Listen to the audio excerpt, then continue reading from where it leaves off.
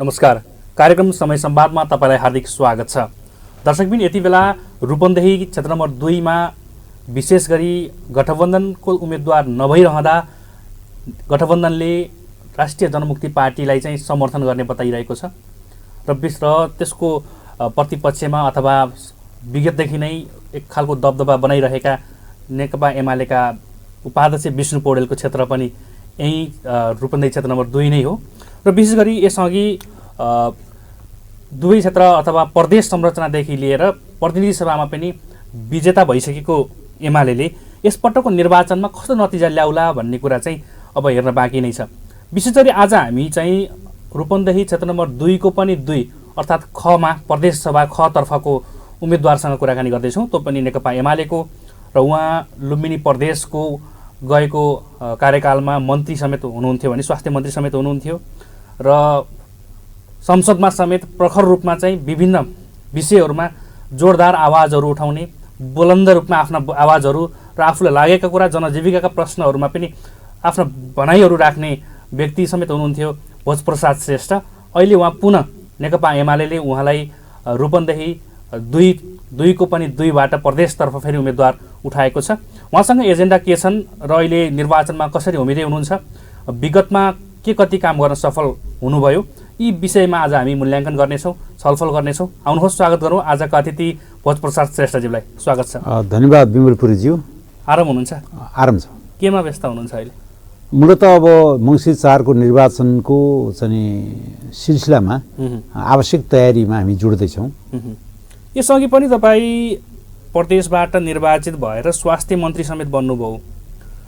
अहिले फेरि तपाईँको उम्मेदवारी दोहोरिरहेको छ, किन?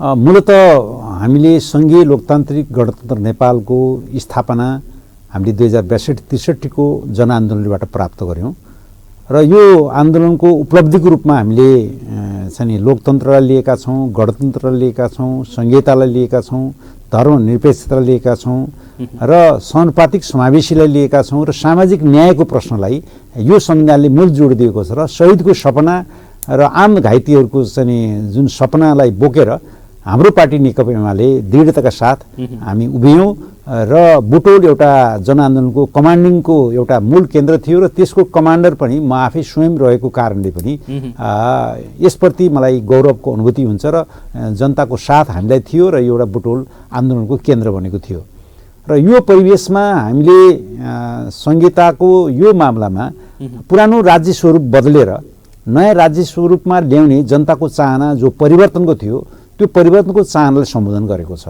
यो संहिताको संविधान हो जसले गर्दाखेरि हाम्रा सबै कुराहरू यसभित्र छैनन्। त्यसको मामलामा नेपाली जनताको तराई पहाड हिमालसम्म जोडिएका जनताहरूलाई एक सूत्रमा बाँध्ने र उनीहरूका भाषा संस्कृति र उनीहरूका चाहिँ आफ्नो प्रशासनिक चाहिँ एउटा सहजता र यी सबै मामलाहरूमा एकत्रित स्वरूपमा हामीले यो देशमा हामीले संहिता प्राप्त गरेका छौँ। यो संहिताको एउटा जनतासँग जोडिने मुख्य आधार भनेको विकेन्द्रीकरण हो। जो विकेन्द्रीकरणको चाहिँ अभावको कारणले हामीले एकात्मक सरकार प्रणालीलाई फ्याँक्यौँ र गणतन्त्र स्थापना गऱ्यौँ। यो प्रणालीले गर्दा आज जनताको घरमा सिंहदरबार आइपुग्यो भन्ने कुरा हामीलाई जगजाहेर छ। अहिले चाहिँ अब बुटोल नगरपालिका कुरा गर्नुहुन्छ भने म नगर प्रमुख रहँदा 2054-59 झन्डै 25 वर्ष अगाडिको कुरा हो। यो नगरपालिकाको बजेट त्यति बेला 2 करोडको मात्रै बजेट थियो। जति बेला सूर्य प्रसाद प्रधानजी यहाँको चाहिँ अब मेयर हुनुहुन्थ्यो, अहिले त उहाँ स्वर्गीय हुनुभयो, उहाँको स्मरण मात्रै गर्न चाहेको हो र म मेयर हुँदाखेरि यहाँ त्यो बजेटलाई हामीले अगाडि बढाएको अवस्था छ भने अहिले नगरपालिकाको स्वायत्तताको आधारमा यो चाहिँ एउटा स्थानीय तहको सरकार बनिसकेपछि अहिले झन्डै 2.5 अरब 3 अरबको बजेटको स्याहारीमा बजेट निर्माण हुँदैछ। यो देशभर पालिकाहरूको त्यही हालत छ। यसले के देखाउँछ भने यो बजेट र कार्यान्वयन गर्ने सिलसिला जनताको हातमा सुम्पिएको छ, जनप्रतिको हातमा सुम्पिएको छ र स्थानीय तहमा सबै खालका कामका क्षेत्र बनाइदिएको छ र त्यसलाई प्रभावकारी रूपमा कार्यान्वयन गर्ने हो भने साँच्चै सिंहदरबारको ढोका अहिले गाउँ बनेको छ अथवा चाहिँ पालिका बनेको छ। यस अर्थमा हामीले यो संरचना अगाडि बढिरहँदा प्रदेश एउटा नयाँ संरचना हो र यसमै जोडेर मैले जोडिहालेँ कि अब यो प्रदेशको विषय आउँदा बित्तिकै अहिले पछिल्लो समय जुन खालको बाहिर एउटा मेसेज छ कि प्रदेश संरचनाको काम छैन, कतिपय नेताहरू प्रदेशमा जान इच्छुक पनि देखिँदैनन्। तर तपाईँ चाहिँ एक कार्यकाल मन्त्री पनि भइसकेको व्यक्ति फेरि पनि प्रदेशमै किन दोहोरिनु भयो? यसको मूल कारण के छ भने यो संविधानको संरक्षण र यसको सुदृढीकरण र यसको जनताको चाहिँ सेवा र चाहिँ त्यसको भावनालाई सम्बोधन गर्नको लागि जे उद्देश्यले शहीदहरूले यो रगत बगाएका छन् त्यसको परिकल्पनालाई पुरा गर्नका निमित्त हामीले 3 तहको संहिता अँगाल्यौँ। स्थानीय तह, प्रदेश तह र संघीय तह। र यो संघीय तहको केन्द्रीय तह अथवा चाहिँ स्थानीय तह पहिला पनि थियो, जसले गर्दा त्यहाँ चाहिँ कर्मचारी व्यवस्थापन, कार्यालय व्यवस्थापन यी सबै कुरा पुराना संरचना थिए, जनताले त्यही कुरा बुझेका थिए। नयाँ संरचना प्रदेश आएको हुनाले नयाँ चाहिँ अब अपेक्षा पनि प्रदेशमाथि जनताको हुनु स्वाभाविक कुरा हो। र हामीले संविधानको मूल्याङ्कन गर्ने बेला भइसकेका छैन। संविधानको कम्ती पनि यसको चाहिँ मूल्याङ्कन गर्नको लागि 20-30 वर्ष लाग्छ। हामी अहिले संविधान निर्माणको 5-7 वर्षभित्र छौँ र पहिलो संरचना प्रदेश हो र प्रदेशले जुन काम गतिशीलता साथ अगाडि बढाइरहेको सन्दर्भमा हामीले जुन खालको राजनीतिक स्थिरताको कुरा गरिरहेका छौँ र झन्डै नेकपाको 2/3 सरकारको बेलामा 6 वटा चाहिँ प्रदेशहरूमा एमालेकै नेकपाकै नेतृत्वमा सरकार थियो। यसरी माथि पनि सरकार चाहिँ नेकपाको, तलक पनि 6 तहमा चाहिँ नेकपाको, त्यसमा 2 नम्बर मात्रै चाहिँ एउटा चाहिँ अन्य पार्टीको नेतृत्वमा थियो। र यो परिवेशमा जसरी कामलाई उच्चता साथ लैजाने प्रक्रियामा जुन एउटा लिगेसी थियो त्यसलाई बढाउनु पर्ने अवस्थामा गइरहेको सन्दर्भमा हामीले 3.5 वर्ष यहाँ सरकार नेकपा एमालेकै नेतृत्वमा, नेकपाकै नेतृत्वमा बन्यो।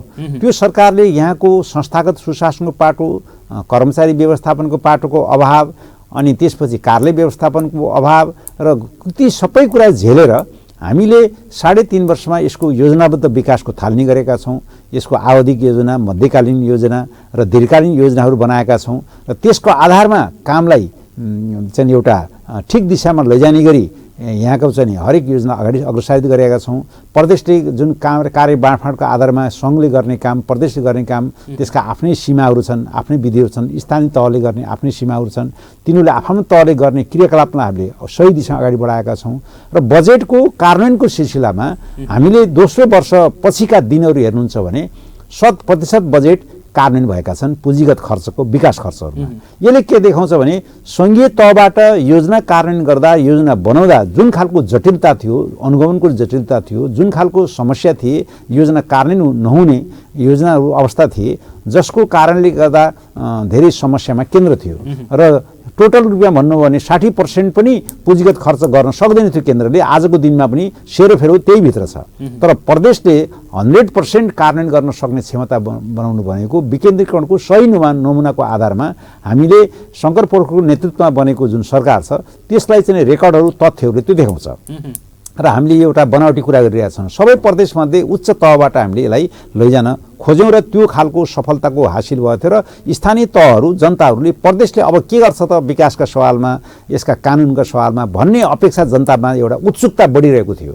र त्यो उत्सुकता बढिरहेको सन्दर्भमा जब माथिदेखि तलसम्म सरकार विघटनको सङ्घारमा गयो, देश राजनैतिक उथलपुथलमा गयो, स्थिरता भङ्ग हुने खतरामा गयो, जनताहरू त्यसबाट निराश र जनताहरू विभिन्न ढङ्गबाट यसलाई हेर्न थाले। त्यस्तो हेर्न थालेको परिवेशमा एउटा जनताबाट प्रतिनिधि भएर आएको गठबन्धन सरकार, जसले एउटा नयाँ सपना जनतालाई देखायो, देशलाई हामी आधुनिकतर्फ उन्मुख गराउँछौँ, विकासलाई तीव्र गतिमा बढाउँछौँ, भ्रष्टाचारलाई निर्मल गर्छौँ, संस्थागत सुशासन चलाउँछौँ। यो चाहिँ नेकपा सरकारले केही पनि गर्न सकेन, भाँड भैलो भएको छ। उनीहरू आफै विभाजित छन्, राष्ट्रिय मुद्दामा पनि उनीहरू विभाजित छन्, अन्तर्राष्ट्रिय मुद्दाहरूमा पनि उनीहरूले ठिक दिशा लिन सकिरहेका छैनन् भनेर आउने गठबन्धन सरकार जो शेरबहादुर देउवाले नेतृत्व गर्नुभएको छ, त्यो सरकारले आज झन्डै 1.5 वर्ष हुँदासम्म के गर्यो भनेर उत्तर दिने उहाँहरूलाई ठाउँ छैन। किनभने जे बोल्नुभयो जनतालाई ती कुरा सबै ढाँटेको अवस्था देखिन्छ। र त्यस्तो परिवेशमा प्रदेशमा आइपुग्दा हामीले 7 जनाबाट चलेको मन्त्रालय आज 17-18 मन्त्रालय बनाएर, जसले गर्दा यो झन्डाहरू चाहिँ गाडीहरू दौडाउँदा जनतामा एक खालको यो मितव्ययिताको सिद्धान्तलाई पनि एउटा चाहिँ त्यागेर जुन खालको खर्च चाहिँ गर्ने, जुन खालको काम गरे, जसले गर्दाखेरि अयोग्य मान्छेहरूको एउटा पार्क बनाउने, प्रदेशको सरकार बनाउने जुन कामहरू गरे, जसले गर्दा जनताभित्र ठुलो आक्रोश पैदा भएको छ। र त्यो आक्रोशले देशभर नै एक खालको भन्ने हो भने यो प्रदेश किन चाहियो भन्ने कुरा उठ्नु चाहिँ अस्वाभाविक होइन। किनभने गलत काम भएपछि जनताले चाहिँ टाउको उठाउन पर्ने नै हुन्छ, औँला उठाउनु पर्ने नै हुन्छ। त्यस्तो परिस्थितिमा यस्ता गलत कामहरूलाई सच्याउने गरी अबको चाहिँ सरकार सङ्घीय होस्, प्रदेश होस्, स्थानीय तह ती सरकारहरू सचिनुपर्छ। निर्वाचन प्रक्रियामा केही खोटहरू देखिएका छन्, त्यसलाई स्थायी राजनीतिको निम्ति बाटो खोल्ने प्रक्रिया बहसमा लैजानु पर्दछ र संहिताको मूल मर्म अनुसार सबै तहहरू स्वायत्त छन्। तर स्वायत्त हुँदाहुँदै पनि उनीहरूले कानुनले के भन्छ भने अन्तर संवाद, अन्तर सम्बन्ध, पारस्परिक समन्वयलाई मूल सिद्धान्तको एउटा प्रमुख कानुनको रूपमा उल्लेख गरेका छ। आज त्यसलाई प्रयोग नगरेर स्थानीय तह स्वेच्छाचारी हुने, केन्द्रीय तहले सिधै स्थानीय तहसँग सम्पर्क गर्ने, प्रदेशलाई बाइपास गर्ने, प्रदेश तहसँग समन्वयको भूमिका र अनुगमनको भूमिका र त्यसको कार्यकारी भूमिकालाई ओझेलमा पार्ने, यो खालको गतिविधिले दलहरूभित्रको एउटा अनुभवको कमी पनि देखिन्छ र उनीहरूमा त्यो इच्छाशक्ति कमजोर भएको पनि देखिन्छ र दलहरू आपसमा कल झगडा मात्रै गर्ने, भागवण्डामा गर्ने, आर्थिक स्वार्थमा गर्ने, केही घुम्ने मान्छेहरूको आधारमा जनताको भावनालाई कुल्चने, यो खालको प्रवृत्तिले गर्दाखेरि संहितामाथि प्रश्न उठिरहेको सन्दर्भमा अब दलहरू सुध्रिनुपर्छ भन्ने मेरो भनाइ छ र नेताहरू सुध्रिनुपर्छ भन्ने भनाइ छ। तर त्यो भनाइलाई मध्यसात गर्दाखेरि प्रदेशको चाहिँ जुन खालको भाँडबैलो तन्त्र गठबन्धन भएपछि आयो, सांसद खरिद बिक्री जस्ता घिनौरा कुराहरू आए, यी सबै कुराहरूले जनताले देखिरहेका छन्। अब यसलाई नसच्याएसम्म, राजनीतिक स्थिरता नभएसम्म जनताले खोजेको चेन्ज त्यो प्राप्त हुन सक्दैन। त हामीले जे कसम खाएर आएका छौँ, जे प्रतिबद्धता गरेर आएका छौँ, त्यसप्रति फेरि त्यो संविधान पल्टाएर हेर्नुपर्छ, त्यसलाई इमान्दार भएर कार्यान्वयन गर्नुपर्छ र दलहरू सचिनु बाहेक विकल्प छैन। दलहरू नै सचिएन भने निश्चित पनि अब पछाडि फर्केका शक्तिहरू उठ्ने कुरा सत्य हुन्छ र त्यसतर्फ उन्मुख नहुन र हामी आफ्नो ठाउँमा बसेर काम गर्नुपर्ने, अझै इमान्दार बन्नुपर्ने हुनाले मलाई फेरि पार्टीले नयाँ भूमिकाका साथ अगाडि आउन प्रेरित गर्यो र यहाँका जनता, यहाँका कार्यकर्ता, यहाँका नेतृत्वले मप्रति फेरि भरोसा जनायो र जसले गर्दाखेरि त्यो भूमिकाको निम्ति उपयुक्त पात्र हो भनेर मलाई पठाइसकेपछि पार्टीको निर्णयलाई मान्नु एउटा सदस्यको निम्ति अनिवार्य हुन्छ, त्यो मेरो कर्तव्य हुन्छ र यो जनताको चाहनालाई अझै सशक्त प्रभावकारी बनाउनु मेरो दायित्व हुन्छ। मलाई लाग्छ म त्यो कुरामा सफल हुनेछु। त्यसो भए बुटोलका जनताले भोजप्रसाद श्रेष्ठलाई पटक पटक निर्वाचित चाहिँ किन गर्नुपर्ने? मूलत के छ भने बुटोलको जनताप्रति म धेरै आभारी छु र बुटोल म चाहिँ पाल्पाबाट यहाँ आएँ, एउटा भूमिगत कालकै सिलसिलामा आएँ र सामान्य उद्योगीबाट म राजनीतिक परिवेशमा, शिक्षकबाट राजनीतिक परिवेशमा र यहाँको हरेक स्वास्थ्य क्षेत्रमा नजिक रहेर काम गर्ने, सामाजिक क्षेत्रमा काम गर्ने पार्टीले जुन अवसर दियो र यहाँका सामाजिक दायित्व निर्वाह गर्ने अवसर दियो, त्यो अवसरले मैले बुटोलको सङ्गठन विस्तार गर्ने, अभिभारा प्राप्त गरेँ र म जनताको घर घरमा पुगेको छु, सुकुम्बासीको झुपडीमा पुगेको छु, यहाँका उद्योग व्यवसायीहरूको मर्म बुझेको छु, यहाँका बुद्धिजीवीहरूको चाहिँ भावनालाई बुझेको छु र यहाँका हरेक चाहिँ मजदुरहरूको, हरेक यहाँका चाहिँ सामाजिक संस्थाहरूको, धार्मिक संस्थाहरूको यी सबै कुराहरूसम्म म आफूलाई एक खालको परिचित ठान्छु। तर मभन्दा पछाडि पनि धेरै लुकेका वस्तुहरू हुन सक्छन्, त्यो मैले खोजेको विषय बन्न सक्छ। त्यसकारणले बुटोलको माटोसँग र यो क्षेत्रको माटोसँग, रूपन्देहीको माटोसँग मेरो कर्मथलो बनेको छ, जन्मथलो मेरो पाल्पा हो र त्यसकारणले त्यो कर्मथलोलाई अझै फुलाउनु पर्ने, अझै चाहिँ त्यसलाई सुदृढ बनाउनु पर्ने, विकासको केन्द्र बनाउनु पर्ने, आर्थिक केन्द्र बनाउनु पर्ने, पर्यटकीय केन्द्र बनाउनु पर्ने जुन अभिभारा जनताले हामीलाई सुम्पियो, त्यो सुम्पिएको अभिभारालाई निश्चितमा पनि एउटा बुद्धको चाहिँ एउटा शुभेच्छकको नाताले, बुद्धप्रति समर्पणको भावना लिएर आएको व्यक्तिको नाताले बुद्धसँग कसम खाएर हामीले त्यो काम गरिरहेका छौँ र त्यो पवित्रताको भूमिमा हामीले बुटोल नगर प्रमुख भएर 2054-59मा काम गरिरहँदा निश्चितमा पनि धेरै चुनौतीहरू थिए। यही संस्थाको सुशासनमा समस्याहरू थिए, विकास निर्माणको अग्रगतिमा समस्याहरू थिए, योजनाबद्ध विकासमा समस्याहरू थिए र जनताको भावना जोड्नुपर्ने थियो, उद्योग व्यवसायको मर्म बुझ्नुपर्ने थियो, यहाँका आधारभूत जनता तल्ला सुकुम्बासीहरूको अवस्थित बसोबासीहरूको ती समस्या कुरालाई मध्यनजर गरेर जुन काम गर्ने अवसर भयो, जसले गर्दा मलाई अत्याधिक मतले चाहिँ यहाँका सबै जनसमुदायले सपोर्ट गर्नुभयो, जसले गर्दा म एउटा आजसम्म एउटा नेपालको एउटा चर्चित नगरपालिका बुटोल उपमहानगरपालिका बनेको छ, जसले संयुक्त राष्ट्रसङ्घदेखि लिएर अन्य विभिन्न सरकारी सामाजिक संस्थाहरू सबै संस्थाहरूले बुटोललाई नयाँ ढङ्गले हेरेका छन्। यो जनताको गौरवको विषय हो र त्यो गौरवको विषयलाई त्यो अनुभूति लिने अवसर मैले पाएको छु। यस कारणले मैले जनतालाई धन्यवाद दिन चाहन्छु। यहाँका बुद्धिजीवीहरूलाई जुन खालको प्लानिङ प्रोसेसमा मैले जुन काम गरेँ र मसँग सँगै काम गर्नेका जति पनि कर्मचारी 18 घण्टा कर्मचारी खटेका छन्। यहाँका जनताको सहभागितामूलक कार्ययोजनामा सहभागी भएका छन्। हामीले टलेक टोल विकास संस्थाको भिजन UNDPसँगको सहकार्यमा हामीले गऱ्यौँ, यहाँका बचत समूह निर्माण गऱ्यौँ। आज त्यसले जनताहरूलाई एउटा स्थापित गर्यो र नगरपालिकालाई हामीले दुई तरहको चाहिँ एउटा नगरपालिका ओरिएन्टेड चाहिँ हामीले नागरिक समूह बनायौँ। ट्रान्सपेरेन्सी इन्टरनेटसँग हामी सहकार्य गऱ्यौँ र यस्ता संस्थागत सुशासनको पार्टमा ती कामले गर्दा आज चाहिँ जुन मिग जो महिला जागरण समूह भनिन्छ, महिलाहरूको सहभागिता अत्यन्त बढ्दो अवस्थामा हामीले लिएर आयौँ। दोस्रो, सामाजिक विकासको सेक्टरमा सरसफाइको विषयमा भौतिक विकास सेक्टरमा हामी CDEC बनायौँ, जसले त्यसबाट धेरै खालका बुद्धिजीवी र चाहिँ समाजसेवीहरू माथि आउनुभयो, जसले बुटोललाई जुरुक्कै उचाल्नको निम्ति बुटोल नगरपालिका नेतृत्वलाई सहज बन्यो। र यस्ता महत्त्वपूर्ण संस्थागत संरचनाहरूको निर्माण र सँगसँगै हामीले बुटोललाई एउटा नयाँ बुटोल बनाउने जुन परिकल्पना गरेका थियौँ, त्यसले आज बुटोल आर्थिक केन्द्रको रूपमा विकसित हुँदै गइरहेको छ। यस कुराले कि हामी नगर प्रमुखको हैसियतले काम गरिरहँदा यहाँका जनताहरू, यहाँका चाहिँ सबै खालका समुदाय, कुनै पार्टी भनिएको थिएन, कुनै खालको एउटा विभेद गरिएको थिएन, जसले गर्दा हामीले हरेक सामाजिक मुद्दाहरू उठाएका छौँ। छुवाछुत मुक्त बुटोल बनाउने सुरुवात बुटोलले गरेको थियो। यहाँका चाहिँ हिंसा विरोधी आन्दोलनहरूमा महिलाहरूलाई जागरण गर्ने यहीँबाट हामीले मिग भन्ने संस्था बनाएर गएको थियौँ।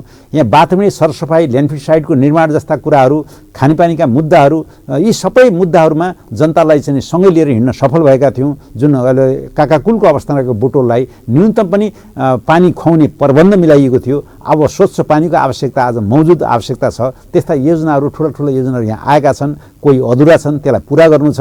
यी अधुरा योजनाको पुरा नगरिकन विश्राम नलिने, जनताको अपेक्षालाई चाहिँ पुरा गर्ने त्यो अठोट चाहिँ लिएर पार्टीले फेरि भरोसा मलाई दिएको छ, नयाँ भूमिकामा जाने भन्ने कुरो जुन अवसर दिएको छ। निश्चित पनि मलाई लाग्छ कि त्यो हिजोको बुटोललाई अझै नयाँ बुटोल बनाउने र रूपन्देहीलाई आर्थिक केन्द्र बनाउने जुन खालका चाहिँ अभिभारा छन्, ती अभिभावकलाई जनतासँगै साथमा, यहाँका बौद्धिक जगतकै साथमा बसेर सल्लाहबाट, परामर्शबाट सबै दललाई नेतृत्व गरेर हामीले नयाँ बुटोलको परिकल्पना, जहाँ बुद्धको सन्देश देश संसारभरि फैलाउनु छ, ती कुराहरूलाई मध्यनजर गरेर आज फेरि पनि त्यो अवसर मैले प्राप्त गरेको छु। यो अवसरलाई अझै सुनमा सुगन्ध मिलाउन जनताको साथ आवश्यक हुन्छ। यहाँ कुनै पार्टी भन्दा पनि असल नेताको हो, असल चरित्र कसको छ, असल व्यवहार कसको छ, असल काम गर्न कसले सक्छ र जसले एउटा चाकरी र चाप्रिसिया मात्रै होइन, जनताको सेवक भएर वास्तविक न्याय अन्यायको प्रश्नमा एउटा शक्तिशाल जस्तो को बिन सक्छ। त्यस आधारमा तपाईँले असल नेता छान्नुहोस्, असल चाहिँ चिन्हलाई रोज्नुहोस् र त्यो अर्थमा यहाँहरूले त्यो अवसर जनतालाई मैं छोडिदिन चाहन्छु र यहाँहरूले जिताउनु भयो। स्वाभाविक रूपमा त्यो अवसर मैले प्रयोग गर्छु यहाँहरूको साथमा। यहाँहरूले प्रतिपक्षमा राख्नुभयो भने पनि त्यो कोही बात छैन, बहुदलमा यस्तो हुने गर्छ। यस कुरामा मैले ठुलो कुरा मान्दिनँ र मैले खासतमा राष्ट्रिय राजनीतिकै परिवेशमा जान इच्छुक मान्छे हो।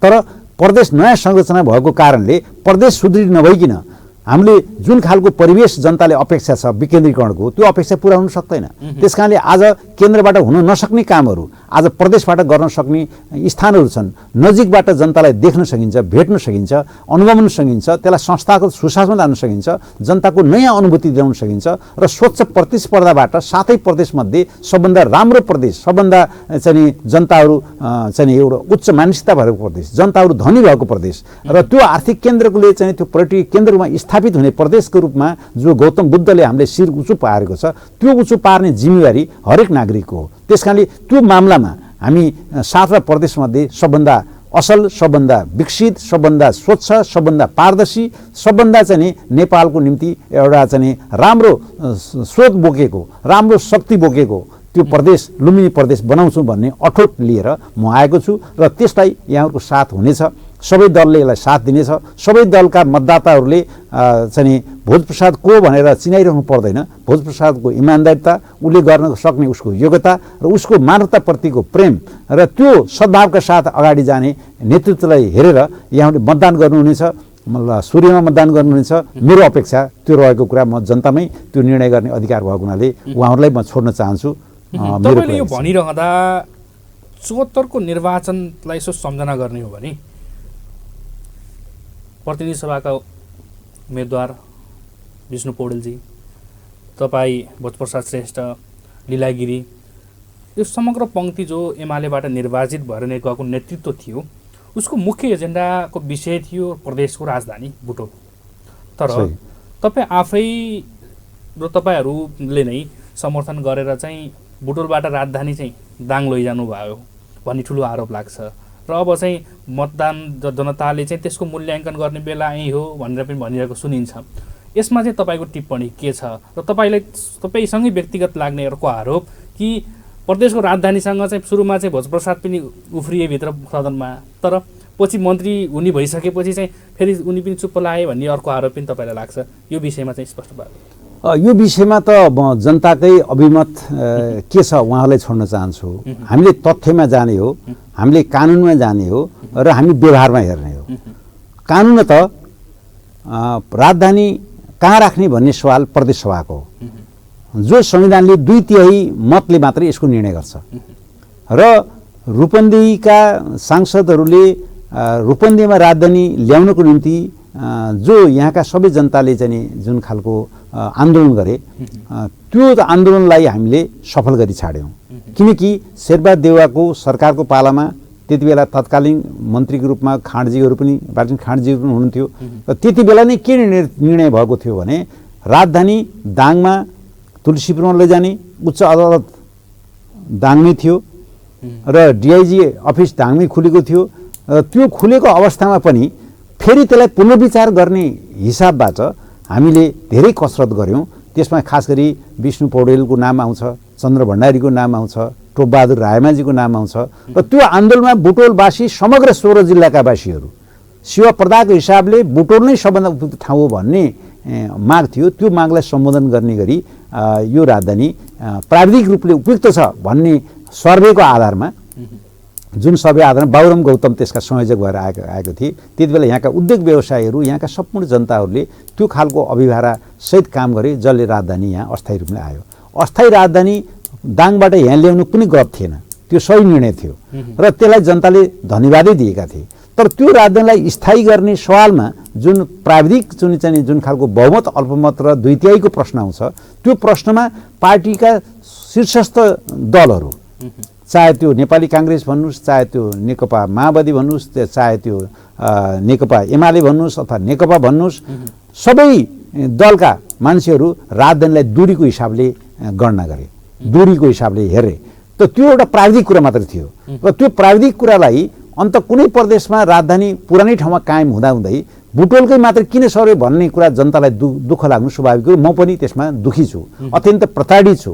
त्यसप्रति म फेरि पनि अझै पनि राजधानी बुटोलमा हुनुपर्छ भन्ने कुरा मैले दुई मत छैन। यो कुनै पनि बेला राजधानी बुटोल हुने कुरालाई कसैले शङ्का गर्नु पर्दैन, तर यो जनताको सेवाको प्रश्न हो। यो सहज कसरी हुन्छ यो प्रश्न हो। यो प्रश्नको बहस चलिरहन्छ र त्यसकारणले त्यो बहसको सिलसिला चलिरहेको बेलामा यो परिवेशमा निश्चित पनि म लगायत रूपन्देहीका सांसदहरू हामी चाहिँ व्यापक ठुलो आवाज, जनताको आवाज बुलन्द गरेका थियौँ। मैले संसदीय दलबाट राजीनामा दिएको छु। मैले चाहिँ पार्टीभित्र नोट अफ डिसेन्ट लेखेको छु। त्यसमध्ये हाम्रा 13-14 जना साथीहरू पनि हुनुहुन्छ हैन। र सँगसँगै हामीले यो परिवेशमा अगाडि उठाउँदाखेरि हामी 2-4 जना सांसदको मतले हामी राजधानी 2/3बाट घटाएर ल्याउन सक्ने अवस्था थिएन, किनभने केन्द्रीय शीर्षस्थ दल र नेताहरू दाङ राख्ने, दूरीको आधारमा राख्ने भन्ने कुरामा अठोट र उनको परिपत्र व्हिप समेत जारी भएको थियो।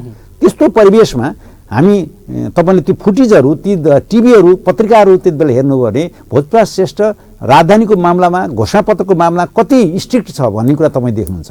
र मैले त्यो एक खालको भन्नुहोस् पार्टीभित्र देखिएको मेरो विद्रोह थियो, किन पार्टीले जे कुरा भने पनि यो जनताको सामु हामी झुक्न चाहिँ अन्यथा गर्न मिल्दैन। यसर्थ पार्टीले व्हिप जारी गर्न यसमा मिल्दैन कि यो कानुन त मिल्दैन, किनभने कुनै राजनीतिक चाहिँ मामला होइन, यो प्राविधिक चाहिँ जनताको अपेक्षा र आफ्नो घोषणा अनुसार जनताको सेवा प्रवाहको मामला भनिरहेका थियौँ।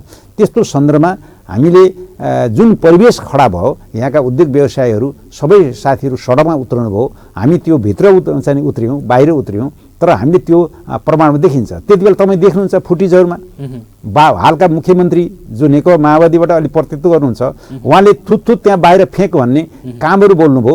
त्यसमा हामी फेकिने मध्ये हामी नै थियौँ। कुर्सी तलमाथि, टेबलहरू तलमाथि पार्ने काममा हामी नै सहभागी थियौँ। त्यस कारणले यहाँ कुनै ठुला नेताहरू, ठुला दलका नेताहरू राजधानी यहाँ राख्नुपर्छ भनेर यहाँ कुनै पनि त्यस्ता नेताहरू यहाँ उभिएका थिएनन्। चाहे माओवादीका पक्ष हुन्, चाहे काङ्ग्रेसका पक्ष हुन्, चाहे जोसुकै हुन्, उभिएका थियौँ त हामी 2-4 जना यो रूपन्देहीका सांसद उभिएका थियौँ, जसको बहुमत थिएन र परिस्थिति एउटा पार्टीमा 40-50 वर्ष काम गरेर आफ्नो घर जलाएर फेरि अन्यत्र जाँदा स्वतन्त्र सडकमा हिँड्नुपर्ने बाध्यता हुन्थ्यो। त्यो इतिहास समाप्त हुन्थ्यो। हाम्रा साथीभाइहरू त्यहीँ छोडिन्थे, जसको कारणले त्यो एउटा मुटुमाथि चाहिँ ढुङ्गा राखेर भए पनि हामीले पार्टीको व्हिप मान्नुपर्ने अनुशासन र कर्तव्य हुन्छ, त्यो धर्म हुन्छ, त्यो संविधानको मर्म हो। संविधानले दिएको अधिकारको क्षेत्रलाई कुल्चने हैसियत हामी कोही कसैलाई पनि हुँदैन। ती सबै विधानलाई बन्देज गरेर हामी त्यो ठाउँमा आइपुग्यौँ। तापनि राजधानी फेरि पनि बहसको विषय हो। बुटोल फेरि पनि एउटा सांस्कृतिक पर्यटकीय आर्थिक केन्द्र मात्रै होइन, यो प्रशासनिक क्षेत्रमा पनि उपयुक्त स्थान भनेको फेरि पनि यो बुटोल क्षेत्र हो। यो बुटोललाई हामीले बृहत्तर बुटोलको कुरा गरेका छौँ। हामीले चाहिँ नि बरघाटदेखि चौटासम्मको एउटा बृहत् बुटोलको परिकल्पना छ र यो मेट्रोपोलिटन सिटीको परिकल्पना छ। त्यसो नगरिकन आज चाहिँ अगाडि बढ्न सक्ने नेपालको अर्थतन्त्रलाई एउटा जगको रूपमा काम गर्ने पिलरको रूपमा यो लुम्बिनी प्रदेश छ। यस्तो प्रदेशको नाका भएको ठाउँमा फेरि पनि आर्थिक केन्द्रलाई अलमलमा पार्ने, प्रशासनिक असुविधा प्रदान गर्ने यो स्थिति हो। के राजधानी सर्यो भन्दैमा इन्टरनेसनल एयरपोर्ट सर्ने कुरा त छैन, यो 6 लेन सडक सर्नेवाला त छैन, यो सुरुङ मार्ग सर्नेवाला त छैन, यो सिग्नेचर पुल अरबौं रुपियाँको बन्नेवाला छ जो पर्यटकीय आधार हो, यो सर्नेवाला त छैन। तमाम चाहिँ बुटोल मण्डप र अन्तर्राष्ट्रिय सभा केन्द्र जस्ता जुन अरब बजेट खर्च गरेर बनाएको बुटोल जो चाहिँ एउटा सबल प्रशासनिक केन्द्रको रूपमा उपयुक्त र सांस्कृतिक केन्द्र उपयुक्त स्थान हो, जो देश विदेशले रुचाएको चाहिँ एउटा केन्द्र हो, राम्रो सुन्दर हावापानी भएको ठाउँ हो। अब यसलाई अलग राखेर हामीले अन्यत्र राजधानी जानु त हाम्रो कल्पनाभन्दा बाहिरको विषय बनेको छ। फेरि पनि यो बहसको विषय हो, यो संवैधानिक विषय हो। यो संवैधानिक विषयमा म धेरै जान चाहन्न। के चाहिँ राजधानीको सवाल कहीँ ढुङ्गाको अक्षरमा लेखिएका अक्षर मात्र होइनन्। भोलि 2/3 सरकार जसको पनि बन्न सक्छ। भोलि जनताले चाह्यो भने राजधानी अन्यत्र जान पनि सक्छ। यो एउटा बहसको विषय हुनसक्छ। तर यो मुद्दा कुनै पनि पार्टीको निम्ति एउटा मुद्दा कसैले उठायो भने त्यो एक खालको गैर संवैधानिक, एक खालको त्यो आलोचनाको निम्ति आलोचना, एक खालको चाहिँ एउटा कुप्रचार गरेर एउटा सस्तो जनतालाई झुक्क्याएर भोट लिने एउटा बाटो मात्र यिनीहरूले खोज्ने कुरा हो। तर त्यसको जवाफदेही ती पार्टीले लिनुपर्छ जुन पार्टीहरू त्यसका शीर्षस्थ दलका नेताहरू जसले दाङमा लए। कुनै पनि यस्तो पार्टी छैन जसले यो राजधानी बुटोलमा राख्नुपर्छ भने उभिएका अहिलेका उम्मेदवार कोही पनि छैनन्। त्यसमध्ये एउटा मात्रै उम्मेदवार म छु जो राजधानी बुटोल हुनुपर्छ भन्ने। त्यो हामीले प्रत्यक्ष त्यसको चाहिँ प्रमाण भनेको त्यति बेलाका पत्रिका, त्यति बेलाका बुद्धिजीवीहरू, त्यति बेलाका चाहिँ फुटेजहरू, टिभीहरू हेर्दा प्रमाणित हुन्छ कि कसैले पनि त्यो शिर उचो हाम्रो अगाडि राखेर राजधानी सार्ने फल्ना हुनु भन्न सक्दैन। किनभने त्यो तथ्यभन्दा बाहिरको कुरा हो। त्यो एउटा चाहिँ अन्याय हुन्छ। त्यो अन्याय जनताले गर्दैनन् र उनीहरूले प्रत्यक्ष देखेको कुरा हो। त्यस कारणले मलाई लाग्छ फेरि पनि यहाँका जनतालाई निराश नहुन, फेरि पनि हामी शक्तिमा आएर जनताको सेवा प्रवाह गर्ने 16 जिल्लाको सदरमुकाम यो बुटोल बृहत् क्षेत्रलाई हामीले हराभरा गराउनुपर्छ। यसलाई चाहिँ आर्थिक केन्द्रको रूपमा स्थापित गर्ने, सांस्कृतिक पर्यटक केन्द्रमा स्थापित गर्ने छँदैछ भने प्रशासकीय राजधानी बनाउने सवालमा पनि योभन्दा उपयुक्त फेरि पनि अर्को ठाउँ छैन। त्यस कारणले हामी निराश हुनु पनि जरुरी छैन। हामी बुटोललाई कमजोर पार्ने स्थितिमा हुने दिने छैनौँ र नेकपा एमाले यसतर्फ सचेत छ र यहाँको पार्टी सजग छ, यहाँका जनताहरू सचेत छन् र ती मुकाबला गर्न तयार छन्। विशेष गरी अहिलेको निर्वाचनमा पनि जति कतिपय मुद्दाहरू पुरानै मुद्दा देखिन्छन्। कि विगतको अवस्था हेर्ने हो भने सुकुम्बासीको व्यवस्थापनका कुराहरूदेखि लिएर खानेपानीको चरम समस्या छ। जुम्सा खानेपानी योजना अब तपाईँको बेलादेखि नै अहिलेसम्म, तपाईँ मेयर हुँदादेखिको बेलादेखि अहिलेसम्म पनि अलमलमा छ, अझै सम्पन्न हुन सकिरहेको छैन। यही सामान्य बुटोलको 3 किलोमिटर सडक बन्न सक्दैन। भित्री सडकहरू पनि त्यस्तै अस्तव्यस्त देखिन्छन्। यी अनेक समस्याहरूका बावजुदमा तपाईहरुले चाहिँ ठुलो ललिपप देखाएको यो ठुलो सिग्नेचर ब्रिज बनाउने ठुलो सपना देखाएको भनेर चाहिँ त्यो आरोप पनि लागिरहेको नि के भन्नुहुन्छ? ठिक यी प्रश्नहरू स्वाभाविक रूपमा उठ्ने गर्छन्, तर यसमा तथ्य के हो सत्य के हो भन्ने बारेमा अध्ययन गर्नुपर्ने हुन्छ। र एउटा कोणबाट त यो ठिक, अर्को कोणबाट यो बेठिक, तर अन्तिममा यसको निष्कर्ष निकाल्ने भनेको बुद्धिजीवीहरू हुन्, जनताहरू नै हुन्। यसमा हामी मान्नुपर्छ। जहाँसम्म झुम्सा खोलाको खानेपानी योजनाको चाहिँ जुन सन्दर्भ छ, एक खालको यो लामो समय लागेको छ, यो सही कुरा हो। किनभने 2051 सालमा मोदनाथ परिषद मन्त्री हुँदाखेरिदेखि हामीले सिस्ने खोला खानेपानी योजना भन्यौँ र बिचका दिनहरूमा केन्द्रीय सरकार काङ्ग्रेसको थियो, स्थानीय सरकार हाम्रो थियो र 58-59 को सेरोफेरोमा जाँदाखेरि यसलाई फेरि हामी नगरपालिकाले मुद्दा बनाएर सिस्ने खोलाको खानेपानीलाई जोड दिन लाग्यौँ। काठमाडौँ गयौँ र त्यति बेला चाहिँ अर्जुन केसी मन्त्री हुनुहुन्थ्यो, अनि एकपटक उहाँ हुनुहुन्थ्यो भने अर्को पटक रामशरण महत अर्थ मन्त्रालयमा हुनुहुन्थ्यो। तर त्यो बेलामा हामीले एउटा डेलिगेसनबाट गयौँ र सिस्ने खोला चाहिँ के भयो भनेर जाँदाखेरि त बीचको अवधिमा सिस्ने खोलालाई विद्युत निर्माणको निम्ति अब अर्कैलाई बेचिसकेको रहेछ सरकारले। त्यो दुर्भाग्यपूर्ण कुरा आयो। अनि फिल्डमा गयौँ, पानीको स्रोत चाहिँ विद्युतमा गयो, तल केही सिँचाइ गरेको केही पानीहरू छन्, अब त्यो ल्याउने कुरा चाहिँ जनताको निम्ति चाहिँ प्रिय हुन सकेन, त्यहाँको सिँचाइको लागि प्रिय होइन। नभएपछि त्यहाँका जनतासँग के अरे दोभानका जनतासँग मिलेर हामीले झुम्सा खोला खाने योजना, जहाँ चाहिँ शुद्ध पानी बगेको छ, जहाँ माथि टाउकोमा बस्तीहरू छैन, जसको कारणले त्यो शुद्ध खानेपानी एउटा ठुलो चाहिँ क्षमताको पानी भएको हुनाले 50 वर्षसम्म पुग्ने पानीको सर्वे गरियो। जुन त्यो कुरा डिपिआर भयो, आज त्यो योजनाहरू अगाडि बढिरहेको अवस्था छ। तथापि बजेटको अभाव छैन, तर खानेपानी संस्थानको असक्षमताको कारणले, जनशक्ति अभावको कारणले, घाटा भएको संस्था भएको कारणले त्यसलाई सञ्चालन गर्ने भूमिका कमजोर रह्यो र त्यो कमजोर रहँदाखेरि हामीले खानेपानी संस्थानलाई स्वाभाविक रूपमा हामीले यसको सक्षमता छैन भनेर बुटोल खानेपानी बोर्डको चाहिँ नीति ल्याउनुपर्छ भनेर अगाडि अग्रसरता गऱ्यौँ। त त्यो गर्दाखेरि पनि खानेपानी संस्थानलाई अलग गराउनको निम्ति केही प्राविधिक कठिनाइहरू भए, कर्मचारीका समस्याहरू आए र खानेपानी संस्था जीवितै रह्यो। खानेपानी संस्थानलाई अलग राखेर काम गर्दाखेरि अझ ढिलो हुने भयो भन्ने देखेपछि खानेपानीकै संस्थानकै जिम्मेवारीमा हामीले झुम्सा खानेपानी योजना बनायौँ। खास गरी बजेटको अभाव छैन। बजेट चाहिँ अब 60 करोडको बजेट दिएको छ, 15 करोड पनि खर्च गर्न सकेका छैन। त्यो नगर्दाखेरि केही चाहिँ समस्या प्राविधिक रहे, जसको कारणले जनताले अहिले पनि धमिलो पानी खानु परिरहेको छ। यो दुर्भाग्यपूर्ण चाहिँ इतिहास छ। तैपनि हामीले यसको विकल्प रूपमा विभिन्न ठाउँमा बोरिङ गाडेका छौँ, बोरिङबाट पानी खुवाइरहेका छौँ र पानीको अभाव हुन दिइरहेको छैन। तैपनि तिनै खोलाको पानी धमिलो पनि आइसक्ने हुनाले त्यो मिसाउँदाखेरि अलि जनतालाई त्यो ठुलो पीडा र यहाँ चाहिँ विविध खालका रोग व्याधहरू मच्चिने खतराहरू पनि उत्तिकै छ। त्यस्तो अवस्थामा हामीले झुम्सा खोलालाई अविलम्ब पुरा गर्नुपर्ने स्थिति छ। बजेटको अभाव छैन, बजेट चाहिँ प्रशस्त छ। अब हामीले यसलाई के अहिलेको प्रतिबद्धता हाम्रो छ भने अब खानेपानी संस्थानबाट यो सम्भव छैन।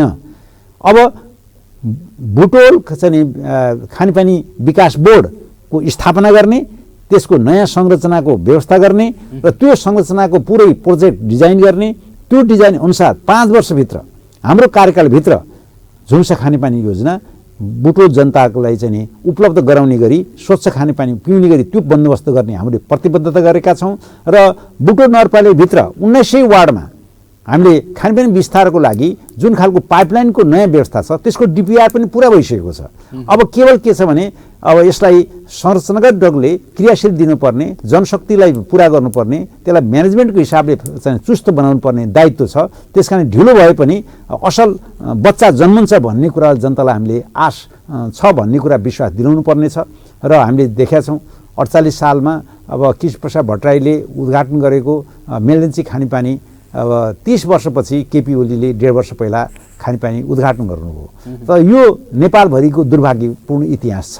त त्यो इतिहास सम्झेर हुँदैन। इतिहासलाई हामीले बरकरार रूपमा नयाँ रूपमा लैजानको निम्ति केही संस्थागत सुशासनको पाटोमा काम गर्नुपर्ने छ, केही असल मान्छेहरू त्यहाँ पठाउनु पर्ने छ, जसले गर्दा प्रशासनलाई पनि चुस्त दुस्त बनाउन सकोस्, यसप्रति जनतालाई जुन अपेक्षा पुरा गर्न सकोस्, त्यो अठोट लिएर हामी आएका छौँ। हामीलाई विश्वास छ कि नेकपा एमाले यो जन्माएको योजना हो, यसलाई हुर्काउने बढाउने एमालेको जिम्मेवारी हो र यसलाई पुरा गर्ने जिम्मेवारी पनि एमालेकै हो। त्यसकारण जनताले प्रश्न एमालेमाथि उठाउनु स्वाभाविक कुरा छ। त्यसकारणले गर्ने जसले हो त्यसैलाई चाहिँ नि खोज्छन्। अब यहाँ यसलाई नेपाली काङ्ग्रेसलाई सोध्नुपर्ने अथवा चाहिँ नि माओवादीलाई सोध्नुपर्ने अथवा अरू दललाई सोध्नुपर्ने विषय नै होइन, किनभने जन्माउने हुर्काउने र पूर्णता दिने काम जनताले हामीप्रति अपेक्षा गरेको हुनाले हामी विश्वास छ हामी 5 वर्षभित्र यो गर्छौँ र गराउँछौँ र यस विषयमा हाम्रो नयाँ नीतिको साथ हामी ल्याउँछौँ र यो काम सम्पन्न गरी छाड्छौँ भन्ने प्रतिबद्ध छ। खानेपानी सवालमा जहाँसम्म सुकुम्बासीको सवालमा 2051 सालमा सुकुम्बासी समस्या समाधान आयोगको अध्यक्ष हुँ। त्यति बेलाको कार्यकाल 9 महिने शासनकालको कार्यकाल सबै जनताले बुझ्नुहुन्छ। हामीले छोटो अवधि 6 महिनामा हामीले देशभरमा 65,000 घरधनी पूर्जा बाँडेका छौँ। र रूपन्देहीको कुरा गर्छु भने 403 बिघा जग्गा रूपन्देहीको वन क्षेत्रबाट 15 दिनमा निर्णय गराएर 403 बिघा जग्गा सुकुम्बासीलाई वितरण गर्नलाई ल्याएको कागज मसँग अहिले पनि कायम छ। सुकुम्बासी आयोगको कार्यालयमा अहिले पनि छ। र त्यति बेला बर्खाको बेला थियो, हामी बर्खाको बेलामा पनि हाम्रा अमिनहरू 4 भागमा बाँडेर त्यो जनसङ्ख्या परिचालन गरेर बर्खाको दिनमा पनि हामीले 20,000 भन्दा बढी परिवारको नक्साङ्कन गर्ने नाप नक्सा गर्ने काम गरेका छौँ। र यहाँ सिक्टनदेखि लिएर 1 नम्बर क्षेत्रको सिक्टनदेखि लिएर सालजण्डीसम्म, सालजण्डी रुद्रपुर हुँदै मर्चवारसम्म 403 बिघाको हामीले वनबाट सीमाङ्कन पनि हामीले छुट्याएका छौँ। त्यसमध्ये हामीले त्यति बेला 25-30 बिघा जग्गा मात्र वितरण गऱ्यौँ, जो 4500 घरधनी पूर्जा हामीले वितरण गऱ्यौँ। र त्यो इतिहास जनताले बुझेका छन्। त्यस कारणले त्यसलाई बर्खार रूपमा अगाडि बढाउनु पर्थ्यो। नेकपा हुँदाखेरि हामी किन सकेनौँ यो प्रश्न जनताले उठाएका छन्। यसको अर्थ के भने हामीले त्यसलाई प्रायोरिटीमा राख्न पर्ने कुरालाई अलि ढिलो भयो, त्यो कुरा हामी जनतासँग क्षमा माग्नु बाहेक अर्को विकल्प छैन। तर हामीले त्यो काम गरिरहँदा यो गठन आदेशबाट बनेको आयोगलाई त्यसलाई चाहिँ मुद्दा हाल्ने त अरू नै थिए, जसको मुद्दा कारणले अदालतले 1-1.5 वर्ष चाहिँ मुद्दा फैसला गर्न लगायो। अनि नेकपाको सरकारले, केपी ओलीको सरकारले कानुन बनायो। अब सुकुम्बासीलाई जग्गाको मालिक बनाउन कोही कसैले छेक्नेवाला छैन। कानुनले त्यसलाई चाहिँ एउटा संवैधानिक हक चाहिँ उसको बस्ने अधिकार, खाने अधिकार जो सुनिश्चित गरेको छ। त्यस कारणले जग्गाको मालिक बन्ने अधिकार चाहिँ यो संविधानले दिएको हुनाले अबको दिनहरूमा त्यसलाई ढिलो ढालो नगरिकन हामीले जनताको मालिक, जग्गाको मालिक बनाउने जुन अभियान छ त्यो नेकपा एमालेको कानमा आएको छ, हाम्रो कानमा आएको छ।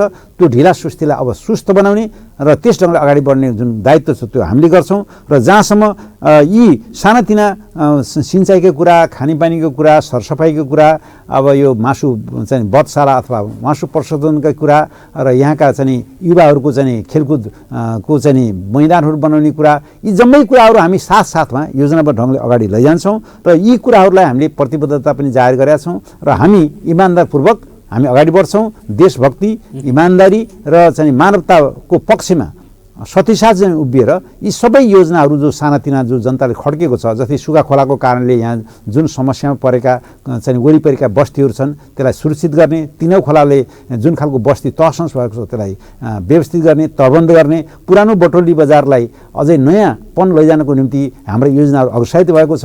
र फुलबारी जस्ता विभिन्न हिल पार्क चाहिँ शान्ति उद्यान जस्ता पार्कहरू, एउटा बुटोल पार्कहरूको सहरको नामले चर्चित छ। हिल पार्कदेखि लिएर हामी सुरुङ मार्गको कुरा ठुला पनि गरेका छौँ। तर एउटा कुरो के छ भने ठुला योजना बनाइरहँदा र त्यो खर्च गरिरहँदा त्यसले दीर्घकालीन रूपमा जनतालाई बन्द व्यवसाय र रोजगारी मद्दत पुग्छ भने सानातिना व्यवसाय प्रबन्धन गर्नको निम्ति हामीले 5वटा एजेन्डा अगाडि सारेका छौँ। त्यो 5वटा एजेन्डा जो अलमलमा थियो अब त्यो इस्पातिलो ढङ्गले आएको छ। त्यो 1 नम्बर जो महँगी बढेको छ त्यो गठबन्धनको सरकारको बजेटिङ प्रणालीले गरेको छ, त्यसको चाहिँ एउटा अकुशलताले गरेको छ। त्यो महँगी घट्नुपर्छ, जनता यसको मारमा छन्। दोस्रो एजेन्डा 3 तहको सरकारमा अराजकता छ, ढिला सुस्ती छ, जसले एन्टी करप्सनको सवालमा सबै दलहरू सचिएर यो भ्रष्टाचार विरोधी अभियानमा सबै नेता कार्यकर्ता जनताहरू सङ्गठित हुनुपर्दछ। यसले हामीलाई चाहिँ एउटा सुशासन ल्याउन मद्दत गर्छ। यो दोस्रो मुद्दा एमालेको बन्नुपर्छ। तेस्रो मुद्दा भनेको प्रविधियुक्त चाहिँ तालिमहरू दिएर यो बेरोजगारीको अन्त्य गर्ने सवालमा जनतालाई चाहिँ युवाहरूलाई सचेतका साथ त्यसमा लगाउनु पर्दछ। युवाहरू रोजगार खोज्ने होइन, युवाहरू रोजगार दिने उद्यमशील बनाउने खालको शिक्षा दिएर हामी बेरोजगारको अन्त्य गर्ने योजना जानुपर्दछ। हाम्रो बजेटले त्यो सम्बोधन गर्नुपर्छ र शिक्षा गुणस्तरीय हुनुपर्छ, व्यावसायिक हुनुपर्दछ। आज शिक्षा निःशुल्क हुनुपर्दछ। आज गरिबका छोराछोरी पढ्ने सरकारी स्कुलको दुर्गति छ, त्यसलाई बजेटको लगानी सरकारले अब 5% होइन, बजेटको लगानीको 25% लगानी गर्नुपर्दछ। जो बोर्डिङको शिक्षा सरह सरकारी शिक्षाहरू बन्नुपर्दछ, पूर्वाधार बन्नुपर्दछ, जनशक्ति व्यवस्थापन गर्नुपर्दछ। त्यसो भए मात्रै गरिबका छोराछोरी पनि इन्जिनियर डाक्टर बन्ने अवसर पाउँछन्। आज त्यो प्रमुख बन्नुपर्छ। स्वास्थ्य निःशुल्क हुनुपर्दछ। बिमामा भएको असहज परिस्थिति छ, बिमा फेल हुन थालिरहेको छ, यसलाई सहज बनाउनु छ, असल व्यवस्थापन गर्नु छ र जनतालाई सरकारी अस्पतालहरू पूर्वाधारयुक्त बनाएर जनशक्ति व्यवस्थापन गरेर जसरी लुम्बिनी प्रादेशिक अस्पताललाई म कोरोना कालको मन्त्री भएकै बेलामा जुन खालको 9 अरबको योजना बनाएर अगाडि बढेको छ, यो टेन्डरको प्रक्रियामा चाहिँ अगाडि गएको छ। यो हामीलाई यहाँलाई थाहा छ, पत्र पत्रिकामा अलिकति केही मान्छेको मोह जाग्यो, जसले गर्दा चाहिँ 1.5 अरबको तलमाथि हुन्छ कि भन्ने खतरा पनि आयो। ती कुराहरू चाहिँ गठबन्धन सरकारले जवाफ दिने कुरा हो, त्यो मैले दिने कुरा होइन। त्यो टेन्डर रोकियो, अब नयाँ टेन्डरमा जाँदैछ र सार्वजनिक लेखा समितिमा म सदस्य बनेर फेरि त्यहाँ पनि यसलाई एउटा प्राविधिक समिति बनाएर अब टेन्डर प्रक्रिया अगाडि बढाउँछु। यो छिटै काम सुरु हुन्छ र हिजोको लुम्बिनी प्रादेशिक अस्पताल आजको लुम्बिनी प्रादेशिक अस्पताल धेरै फरक छ। हामीले मेसोहरू परिवर्तन गरेर त्यहाँको संस्थागत सुशासनलाई जोड दिएर अगाडि बढाएको छौँ। त्यही पनि अझै पनि धेरै गर्नु बाँकी छ। यो एउटा चाहिँ भोलि उपचारको निम्ति काठमाडौँ गोरखपुर जान नपर्ने गरी यसलाई उच्च स्तरको एउटा स्टार मोडेलको हस्पिटल बन्ने कुरा निश्चित छ। यसकारण जनताले त्यो अपेक्षा पनि गरेका छन्। यो मेरै कार्यकालमा अगाडि बढेको कुरा हो र कोरोना कालमा म मन्त्री हुँदाखेरि 79 मन्त्री हुँदाखेरि पहिलो काम हामीले चाहिँ नि निःशुल्क रक्त सेवा जुन हामीले निर्णय गऱ्यौँ, बजेट 5 करोड छुट्यायौँ र जनताका छोराछोरीले एक्सिडेन्ट हुँदाखेरि आमा सुत्केरी हुँदाखेरि जुन खालको रगतको पीडा थियो, पैसा तिर्नुपर्ने अवस्था थियो, 1 पिन्टलाई 825 रुपियाँ तिर्नु पर्थ्यो, आज त्यो निःशुल्क गराइएको छ, त्यो लागू छ, कार्यान्वयन हुन्छ। केही झमेला प्रशासनिक रूपमा लगाइरहेका छन्। त्यो हामी आइसकेपछि निःशुल्क रगत दिने एकमात्र प्रदेश लुम्बिनी प्रदेश हो। त्यो मेरो कार्यकालमा सुरु भएको छ। म मन्त्री भएको पहिलो दिनमा निर्णय गरेको छु। यो पत्रिका साथी छ। दोस्रो काम भनेको लुम्बिनी प्रादेशिक अस्पतालको उच्च व्यवस्थापनको निम्ति योजना हाम्रो निर्माण गरेका छौँ। यो दोस्रो कुरा भयो र तेस्रो कुरा अब अक्सिजनको अभावमा मान्छे मर्नु पर्दैन यो प्रदेशमा। किनभने हिजो अक्सिजनको अभावमा म राति 2 बजे 3 बजेसम्म पनि अहोरात्र खटेर 18 घण्टासम्म कर्मचारी खटेर जनताले साथ दिएर हामी यो काम गरेका छौँ। जसले गर्दा मान्छे मर्नबाट बचाउनलाई अक्सिजन चाहिन्छ। अक्सिजनको यहाँ प्लान्ट थिएन। अहिले हरेक हस्पिटलहरू जो जिल्ला अस्पतालहरू छन् त्यसमा 87 करोड विष्णु पौडेल अर्थमन्त्री हुँदाखेरि सङ्घीय सरकारको सहयोगमा हामीले प्रदेश तहमा अक्सिजन प्लान्ट स्थापना गरेका छौँ र जुन प्लान्टले गर्दा आज अक्सिजनको अभावमा कुनै पनि मान्छे मर्नु पर्दैन। यी महत्त्वपूर्ण 3टा काम छोटो अवधिमा भोलि दीर्घकालीन महत्त्व हुने काम गरेका छौँ र यो काम जनताले देखेका छन् र त्यस अर्थमा मलाई लाग्छ कि म आफ्नो काममा खरो उत्रिएको छु र त्यसमा अझै सशक्त र प्रभावकारी ढङ्गले जुन मुद्दा जनताले उठाइरहेका छन् त्यो मुद्दा सबभन्दा महत्त्वपूर्ण उठाउने छु। मैले भनेको छु व्यक्ति पार्टीको मात्र हुन्छ र पार्टीभन्दा माथि जनता हुन्छ, देश हुन्छ। त्यसका निम्ति हेरेर काम गर्ने र त्यो शक्ति जनताले प्रदान गरून् र सूर्यमा मतदान गर्नु भन्ने मेरो अपेक्षा छ। समयको लागि धेरै धेरै धन्यवाद। दर्शक पनि हामीसँग राज्य टेलिभिजनमा पनि भोजप्रसाद श्रेष्ठ हुनुहुन्थ्यो, रूपन्देही क्षेत्र नम्बर 2 को 2बाट प्रदेश सभाको लागि उम्मेदवार र उहाँको प्रतिस्पर्धीमा गठबन्धनको तर्फबाट माओवादीका वामदेव छेत्री हुनुहुन्छ। यहीसँगै आजको कार्यक्रम यही सकिन्छ। हेर्दै गर्नुहोस् राज्य टेलिभिजन। नमस्कार। हजुर नमस्कार।